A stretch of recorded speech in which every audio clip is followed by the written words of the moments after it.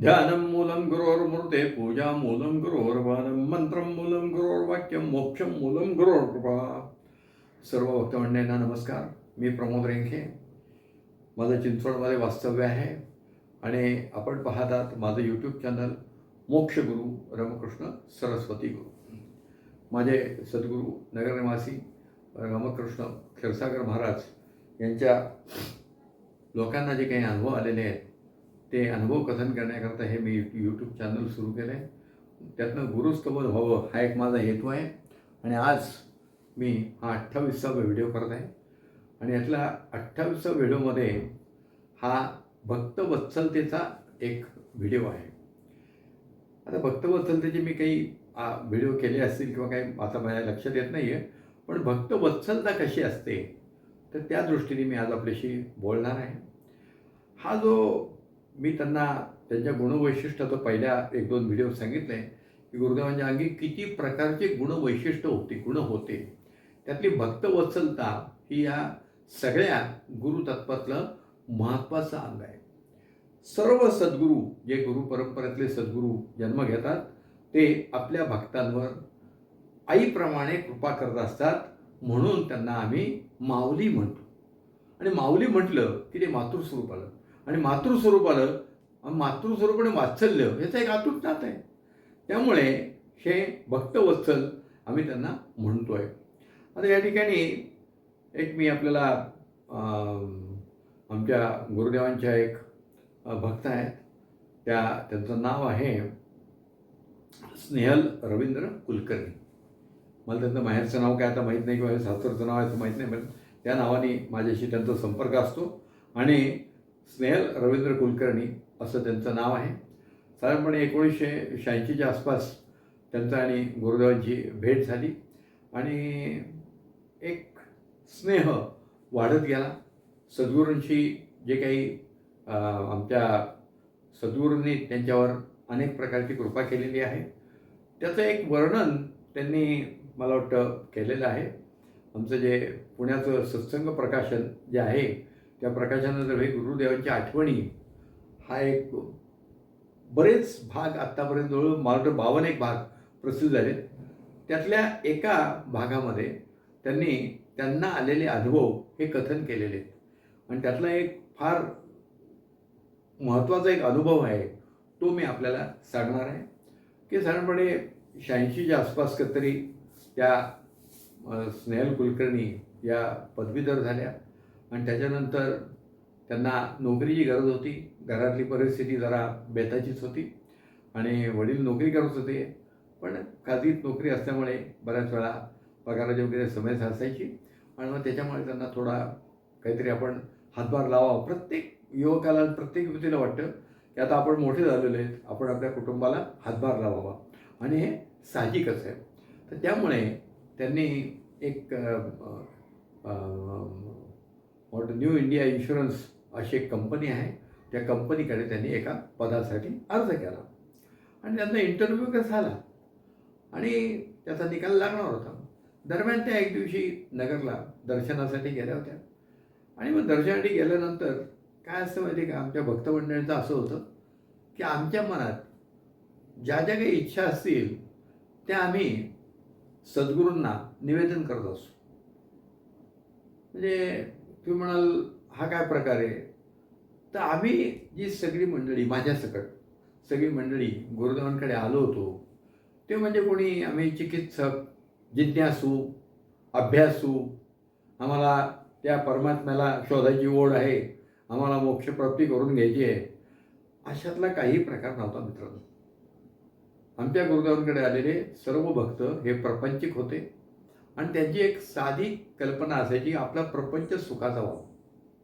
आणि हा प्रपंच सुखाचा होत असताना म्हणजे प्रपंच करताना जेवढा परमार्थ साधेल तो करावा अशी एक आमची कल्पना होती. पण गुरुदेवांची कल्पना वेगळी होती. गुरुदेवांनी आम्हाला सांगितलं प्रपंच हा तुमच्या दैवाने होतच असतो, पण परमार्थ हा करावा लागतो. म्हणजे त्यांचे विचार आणि आमचे विचार यात कुठेही साम्य नव्हतं. का तर आम्ही फक्त प्रपंचाचेच गोडवे गाणारी मंडळी होतो. आणि मग तसं या आमच्या स्नेहलताईंनी गुरुदेवांच्या त्या गानावर घातलं आणि मग गुरुदेव म्हणले, अरे तुला त्याच कंपनीत नोकरी मिळणार, काहीच काळजी करू. आता गुरुदेवांनी शब्द दिला आहे, त्याच कंपनीत तुला नोकरी मिळणार, त्याच ठिकाणी तुला नोकरी मिळणार आहे, हे त्यांनी आशीर्वाद दिलेला आहे. आणि गुरुदेवांचा आशीर्वाद म्हणजे आमचे गुरुदेव हे सत्यसंकल्प आहेत. पण मग सत्यसंकल्प असल्यामुळे त्यांच्या मुखातनं शब्द गेला आहे म्हणजे तो पूर्ण होणारच. पण गंमत अशी आहे की ही घटना घडल्यानंतर, हा संवाद झाल्यानंतर 7-8 महिने काही घडलंच नाही. आता कसं आहे, या सगळ्या सरकारी, निमसरकारी कंपन्यातला कारभार असतो तो सगळा अजब असतो काय. त्यामुळे झटकन तिथे काही निर्णय होईल अशातलं काही पद्धती नसते. आणि मग 7-8 महिने झाले काही होईना.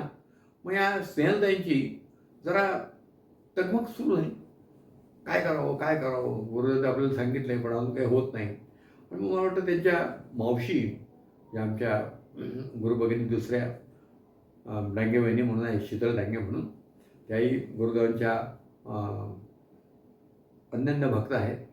तेही सध्या काही यूट्यूब चॅनलवर, आमच्या देववादाच्या यूट्यूब चॅनलवर त्यांच्या काही मुलाखती प्रसिद्ध झालेल्या आहेत आणि त्याही अत्यंत जिज्ञासू आहेत, अभ्यासू आहेत. तर त्यांच्याशी त्यांचं बोलणं आता मावशीच आहे, मावशी आणि भाची नात आहे. त्यावेळी त्यांनी स्पष्ट विचारलं, आता काय करू मी, कसं काय गुरुदेवांना सांगू. तर त्यांनी सांगितलं, गुरुदेवांना तू सांगायची गरज नाही, गुरुदेवांना एकटाच सांगायचं असतं. आणि गुरुदेवांनी जे बोलले ती काळ्या दगडावरची रेघ, ते बोलले म्हणजे ते होणारच, हे त्या शीतलताईंनी त्यांना, म्हणजे मी वहिनी म्हणतो, शीतल वहिनी, डांगे वहिनी त्यांना सांगितलं. आणि मग या पुण्याला आल्या. आणि पुण्याला आल्यानंतर त्यांच्या हातात त्यांच्या आईने एक पाकिटच दिलं. आणि ते पाकिट कुठं आलं होतं, त्या कंपनीकडनं आलं होतं. जिथे 7-8 महिन्यावर इंटरव्ह्यू झाला त्यांच्याकडनं पाकिट आलं होतं. आणि त्याच्यात त्यांनी परत एकदा इंटरव्ह्यू बोलवलं होतं. आणि मग त्यामुळे इंटरव्ह्यूला गेल्या. इंटरव्ह्यू हा एक फार्स असतो, मुलाखती फार्स असते. आणि मग त्याच्यानंतर त्यांना बरेच त्यांच्याबरोबर अजून काही लोक होते. पण या सगळ्या ह्याच्यातनं पूर्वी त्यांचा इंटरव्ह्यू झाला, आजही इंटरव्ह्यू झाला आणि त्यांच्यापेक्षा जास्त शिकलेली मंडळी तिथे आलेली होती. पण यांची निवड करण्यात आली आणि त्याच दिवशी त्यांना वैद्यकीय तपासणीचे पत्र देखील देण्यात आलं. वैद्यकीय तपासणी दिली म्हणजे अपॉइंटमेंट मिळणारच आहे, ते फॉर्मॅलिटी असते. आणि मग त्या पद्धतीने त्यांना ती अपॉइंटमेंट मिळाली. म्हणजे 8 महिन्यानंतर देखील सद्गुरूंनी दिलेला आशीर्वाद हा या ठिकाणी फलद्रूप झालेला आहे. त्याचं कारण काय आहे की आमचे सद्गुरू हे सत्यसंकल्प आहेत. त्यांच्या मुखातनं शब्द बाहेर गेला की तो होणारच, ही काळ्या दगडावरची रेघ आहे. हे जे डांगे वहिनींनी सांगितलं ते अक्षरशः खरं आहे. मग आता या ठिकाणी त्यांना नोकरी लागली. त्यांनी गुरुदेवांच्या ही कल्पना दिलीच. त्यानंतर जेव्हा त्यांना पहिला पगार मिळाला त्यावेळेस पहिला पगार त्यांनी सद्गुरू चरणावर अर्पण करायचं ठरवलं. त्यामुळे त्या नगरला आल्या आणि ती सगळी जी काही रक्कम त्यांना होती, तर त्या काळात काही फार मोठी रक्कम असेल याच्यातला भाग नाही आहे. जी रक्कम त्यांना मिळाली ती त्यांच्या दृष्टीने मोठीच होती, त्यांच्या प्रपंचाला आवश्यक होती. पण त्यांनी ती सगळी गुरुचरणासमोर ठेवली आणि गुरुदेवांनी सांगितलं, हा माझा पहिला पगार आहे, आपल्यामुळे मला ही नोकरी मिळालेली आहे, तर मी सेवा म्हणून अर्पण करते. सद्गुरूंनी सांगितलं, सेवेकरी मला वाटतं आमचे प्रभाकरच होते तिथं, त्यांना सांगितलं की बाबा रे, यांना पावती देऊन टाक. आता यांना पावती द्या म्हटल्यानंतर या स्नेहलताई म्हणल्या, मला पावती नको. आता काय होतं माहिती का, आमच्यासारखे जे जुने भक्त आहेत गुरुदेवांचे, तर आम्हाला असं बऱ्याच वेळा वाटतं की आपण पावती कशाला घ्यायची. काय असतं माहिती का, पावती का नाही घ्यायची किंवा घ्यायची हा दोन्ही आहेत. तर पावती आम्ही एवढ्याकरता घेत नाही की आमच्या गुरुदेवांवर पूर्ण विश्वास आहे. त्यांच्याकडे आपण एकदा रक्कम सोपवली की ती योग्य मार्गातच जाणार आहे. त्यामुळे तो विश्वास हा, पावती हा काय विश्वासाचा भाग असतो. तर पावती आम्हाला गरज नाही. आम्ही एकदा गुरुचरणाकडे पैसे ठेवले की ते संपलं, आमचं सेवा अर्पण झाली, तिथं आम्हाला समाधान आहे. तेव्हा त्यांना पावती नको होती. पण सद्गुरूंचं एक तत्व होतं की जो कोणी माझ्या या कार्याला रक्कम देईल, सेवा करेल, त्याला मी पावती देणार. आम्हाला तर असं आठवतं आहे की मला वाटतं हे पैसे जे आम्ही भिक्षा ही जी मागण्याची हे सुरू झालं होतं ते साधारणपणे 72-73 किंवा त्या आसपास कधीतरी ते सुरू झालं. मला नक्की आठवत नाही, पण त्यावेळेस सुरू झालं. आणि त्यावेळेस गुरुदेवांच्या कार्याचा फार प्रसार नव्हता. पण आम्ही जिथे जिथे भिक्षा मागायला जात होतो ती सगळी मंडळी फार काही श्रीमंत नव्हती, त्यांच्याकडनं फार पैसे मिळतील अशी अपेक्षा नव्हती. तेव्हा गुरुदेवांनी सांगितलं, त्यांनी आपल्याला 1 रुपया जरी दिला, 1 रुपया जरी दिला तरी त्याला पावती द्या. पावती दिली म्हणजे काय, त्याला विश्वास वाटतो आणि हा जो 1 रुपया त्यांनी दिलेला आहे तो आपल्या देवस्थानच्या हिशोबात येतो. बघा आमचे गुरुदेव किती शिस्तप्रिय होते. त्यांना बेशिस्तपणा अजिबात आवडायचा नाही. ज्याने पैसे दिले त्याला पावती दिली पाहिजे आणि ते पैसे आपल्या अकाउंटमध्ये दिसले. पावती दिली म्हणजे अकाउंटमध्ये दिसणारच आहे, हा एक भाग होता. आणि मग त्यांनी त्या ठिकाणी त्यांना पावती घ्यायला लावली. बऱ्याच वेळा पारगावून जे भक्त यायचे दुपारच्या वेळेस वगैरे दर्शनाला किंवा सकाळच्या वेळेस कदाचित, तर त्यावेळेस जर काही अवधी असेल तर मग सद्गुरू अशा पारगावच्या भक्तांना सेवेकरांकडनं चहा देखील द्यायला सांगायचे.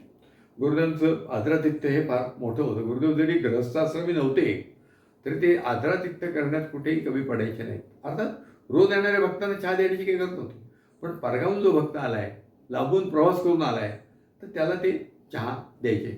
प्रसाद तर सगळ्यांनाच मिळायचा, पेढे असो, खडीसाखर असो, नारळ असो, जे काय असेल ते मिळायचं. पण त्या ठिकाणी त्यांना चहा देखील द्यायला लावला आणि मग तो प्रसाद घेऊन त्यांना निरोप दिला. काय माहिती का, आता मी तुम्हाला ही शिस्त म्हणून सांगितली, हे खरं आहे.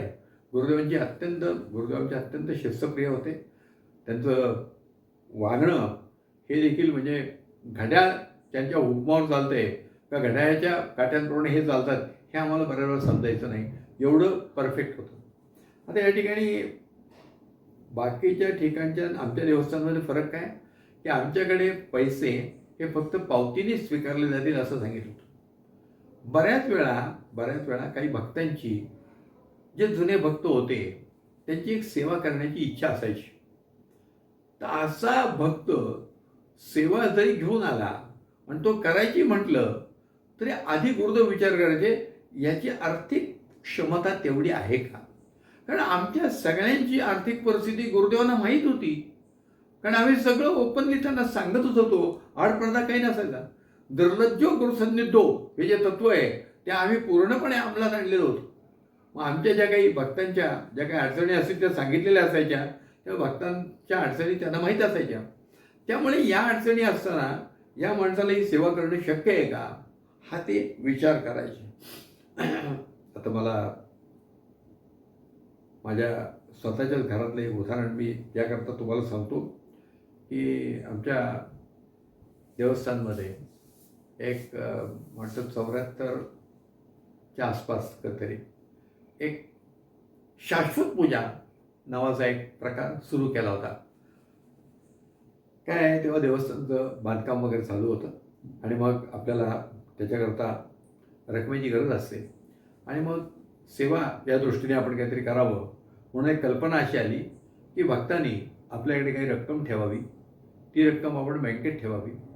त्या बँकेत ठेवल्यानंतर वर्षभरात जे त्याच्यातनं व्याज निर्माण होईल त्या व्याजातनं हा भक्त म्हणेल त्या दिवशी, त्याच्या आवडीच्या दिवशी आपण या ठिकाणी गुरुचरणाची पूजा करू आणि त्याला प्रसाद हा त्याला पाठवू. म्हणजे काय कल्पना काय होती, ते व्याजावर ती पूजा व्हावी. आता त्यावेळेस जो पूजेला खर्च येईल त्याप्रमाणे ती रक्कम ठरली होती. मला असं आठवतंय, मला आता नक्की आठवत नाही, माझ्या घरातलीच गोष्ट सांगतोय, पण तेव्हा मी माझ्या वडिलांची ही आठवण आहे. हे जेव्हा ठरलं तेव्हा आमच्या वडिलांनी विचार केला की आपण शाश्वत पूजेला पैसे द्यावे. आणि मग वडिलांनी मला वाटतं 250 रुपये वगैरे काहीतरी होते, 251 रुपये द्यायचे होते. तर 251 रुपये द्यायचे होते आणि वडिलांनी ते 251 रुपये नगरला नेऊन द्यायचं ठरवलं. ते गेले आणि त्यांनी गुरुदेवांना सांगितलं की असं असं मला शाश्वत पूजा करायची आहे. तर गुरुदेवांनी ताबडतोब विचारलं, आप्पा तुमची आर्थिक परिस्थिती किती बिकटीची आहे मला माहिती आहे. कारण आमच्या वडिलांनी आर्थिक परिस्थितीचं गारणं कायम गायलेलं होतं त्यांच्याकडे.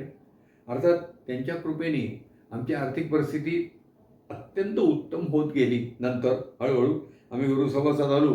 ती काही एका रात्रीत होणार नव्हती, पण हळूहळू होत गेली. अर्थात त्यावेळेस ही 74ची गोष्ट आहे. त्यावेळेस मी नोकरीला लागलो होतो आणि कदाचित माझी बहीण पण नोकरीला लागली का तर मला आठवत नाही, पण असेल. तर त्यावेळेस वडिलांनी तो निर्णय घेतला आणि मग हे पैसे ठेवल्यानंतर आधी त्यांनी विचारलं की तुम्हाला हे नक्की परवडतंय ना आप्पा? नाहीतर उगाच बाकीचे लोक देत आहेत म्हणून तुम्ही आणू नका माझ्याकडे. विचार करा आणि मग मला पैसे द्या. अर्थात आमच्या वडिलांनी सांगितलं, मी पूर्ण विचार केलेला आहे आणि माझ्याकडे पैसे आहेत आणि मी हे पैसे याच्याकरता ठेवलेले आहेत. म्हणजे भक्ताची सेवा करण्याची क्षमता आहे का नाही हे बघून त्यांनी सेवा करावी का नाही हे ठरवत होते. कोणाकडनं सेवा घ्यायची कोणाकडनं नाही हा त्यांचाच अधिकार होता. त्यांनी आम्हाला बुद्धी दिल्याशिवाय आम्ही सेवा करूच शकत नव्हतो. म्हणजे आत्ता मी पावतीचं जे सांगितलं तर ते माझ्या वडिलांनी त्यांनी पावती दिली हा भाग वेगळा आहे. पण ती व्यक्ती आर्थिक तो भार सहन करू शकते का नाही हा विचारही गुरुदेव करायचे आणि मग पैसे घ्यायचे का नाही ठरवायचे. ही त्यांची एक भक्तवत्सलता पण आहे यात. भक्तावर अपार प्रेम करणारे आमचे सद्गुरू होते. हा त्यातला एक भाग आहे. अर्थात असे अनेक प्रसंग आहेत. मला एक प्रसंग सांगायला आवडेल पण मी आता त्याबाबतले माझ्याकडे रेकॉर्ड नाही आहे. माझ्याकडे तोंडी ऐकलेलं आहे म्हणून मी तुम्हाला नाव सांगणार नाही. पण गुरुदेवांचे एक भक्त होते आणि त्या भक्तांचे वडील वारले होते. ते दोघं तिघं भाऊ होते आणि वडील वारले होते. पण आमच्या गुरुदेवांनी त्या प्रसंगात त्यांना सांगितलं की तुमचे वडील जरी गेले तरी मी इथे तुम्हाला आहे आणि मी तुम्हाला काही कमी पडून देणार नाही. पण त्यानंतर त्या कुटुंबातल्या एकेकाला नोकरी लागायला लागली. त्यातला एक दुसरा मुलगा होता त्यालाही एका बँकेत नोकरी लागली. त्या बँकेत नोकरी देण्याकरता एक परीक्षा होती. तो पेपर देखील कसा त्यांनी सोडवला हा एक प्रश्न होता. पण त्या सगळ्या ह्याच्यावर मात करून त्याला त्या बँकेत इंटरव्ह्यू बोलवणं आलं आणि त्याला ती नोकरी लागली. आता ही नोकरी आपल्या सद्गुरूंच्या कृपाझोर लागली ह्याची त्यांना बालंबाल खात्री होती. त्यामुळे त्यांनी देखील आपला पहिल्या महिन्याचा पगार श्रीचरणाजवळ ठेवला आणि म्हणले मला पहिला पगार मिळाला आहे आम्ही सेवा म्हणून देतो. आश्चर्य वाटेल तुम्हाला की गुरुदेवांनी त्याला सांगितलं की बाबा रे तुमचं कुटुंब ज्या संकटातनं आत्ता चाललेलं आहे या ठिकाणी तू हे पैसे तुझ्या कुटुंबाला उपयोगाकरता घे. आत्ता तू मला हे देऊ नको. भविष्यात तुला सेवा करायची तेव्हा दे असं सद्गुरूंनी सांगितलं. तो भक्त इरेला भेटला होता की मी ही सेवा आपल्याला देणार. आणि तुम्हाला सांगतो ही कुकडेवाड्यातली गोष्ट आहे. त्या कुकडेवाड्यात ते पैसे 8 दिवस देवापुढेच होते. महाराजांनी त्याला हात लावला नाही आणि त्या भक्तांनी परत घेतले नाही. म्हणजे सद्गुरू भक्त जरी पैसे द्यायला तयार असले तरी ते घ्यायचे का नाही हे ठरवत होते. त्याच्या आर्थिक परिस्थितीचा विचार करून घेतले. इतर ठिकाणी आपल्याला उलटे अनुभव येतात. या ठिकाणी हा वेगळा अनुभव आहे आणि हे बऱ्याच लोकांना हे माहीत नाही. आता मी नाव का सांगत नाही की जोपर्यंत ती व्यक्ती कुठेतरी व्यक्त झालेली आहे असं मला कळत नाही तोपर्यंत मी नाव सांगत नसतो. हा आता मी जे तुम्हाला सांगितले ही सत्य परिस्थिती आहे आणि हे पैसे 8 ते 10 दिवस देवाच्या तिथं समोर ठेवलेले होते ते. म्हणजे भक्ताची उत्कटता किती आहे आणि सद्गुरूंची भक्ताची काळजी करण्याची किती उत्कटता आहे ते बघा. म्हणजे या ठिकाणी भक्तवत्सलता काय हे आपण अनुभवली आणि म्हणून या ठिकाणी आपण आपल्या सद्गुरूंना जे माऊली म्हणतो रामकृष्ण गुरु माऊली करिकृपेची सावली हे खरं आहे. किंवा रामकृष्ण गुरु माझी आई मजला ठाव देवा पायी हे अगदी सत्य परिस्थिती आहे. हे जे काही अनुभव आहेत हे अनुभव मी तुम्हाला मुद्दाम कथन केले. स्नेहलताईंच्या अनुभवावर मला या 2 आठवणी माझ्या घरातली एक आठवण आठवली जी माझ्या वडिलांचीच असल्यामुळे वडिलांनी कुठेही व्यक्त केली नाही तरी मी व्यक्त करू शकतो कारण मी त्याचा साक्षीदारच आहे. आणि दुसऱ्या या गोष्टीचंही देखील मला माहिती असल्यामुळे मी आपल्याला सांगितलेली आहे. तर या ठिकाणी या भक्तवत्सलतेची 2-3 उदाहरणं मी तुम्हाला आपल्याला सांगितली. आता या ठिकाणी आपण थांबूया. श्री गुरुदेव दत्त. श्री गुरुदेव दत्त.